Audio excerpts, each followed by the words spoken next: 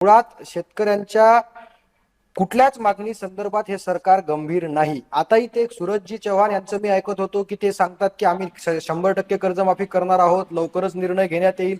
संदीप गिड्डेजी यांचंही मी ऐकत होतो की त्यासाठी समिती स्थापन केली, लवकरच कर्जमाफी करण्यात येईल।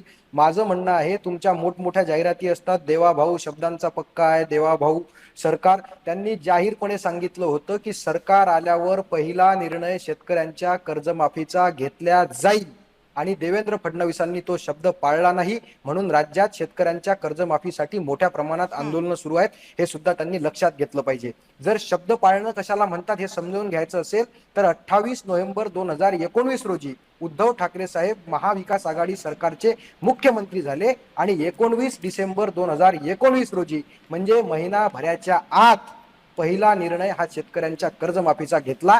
तसाच निर्णय देवेंद्र फडणवीसांनी घ्यायला पाहिजे होता, त्या ठिकाणी ते सगळ्यात अगोदर अपयशी झालेत, हे आपण लक्षात घेतलं पाहिजे। आता बोलत असताना संदीप गिड्डेजींनी सांगितलं की दुबार पेरणीसाठी अतिवृष्टीची मदत 3400 रुपये, 3000 रुपये, 3500 रुपये, 4000 रुपये दिलेत।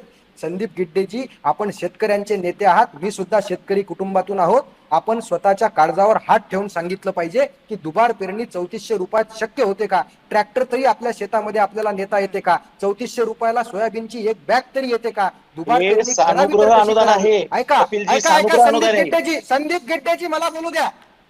आपण शेतकऱ्यांचा थट्टा करतो आहोत, शेतकऱ्यांचा छळ करण्याचं काम इथल्या सरकारनं केलेलं आहे। आणखी एक महत्वाचा मुद्दा कविताजी आपल्या माध्यमातून मी सांगू इच्छितो। शेतकऱ्यांना आज परिस्थिती अशी आहे, म्हणजे यांना शेतकऱ्यांचा किती प्रमाणात छळ करायचा आहे?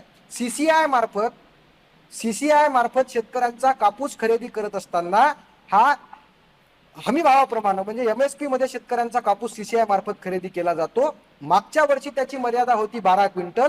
या वर्षी आमच्या अकोला जिल्ह्यासाठी सर्क्युलर आलं आणि त्या सर्क्युलर मध्ये स्टेट गव्हर्नमेंटने सांगितलं की अकोला जिल्ह्यातील शेतकऱ्यांचा कापूस सीसीआय मार्फत हा 5 क्विंटल 60 किलो प्रति एकरी अशा पद्धतीने खरेदी करावा। आता एखाद्या शेतकऱ्याला जर 7 क्विंटल कापूस झाला तर त्यानं 5 क्विंटल सीसीआयला विकायचा आणि 2 क्विंटल कापूस का खासगी बाजारामध्ये विकायचा। खासगी बाजारामध्ये आणि हमी भावामध्ये 1000 ते 1500 रुपयाचा फरक आज आपल्याला पाहायला मिळतोय।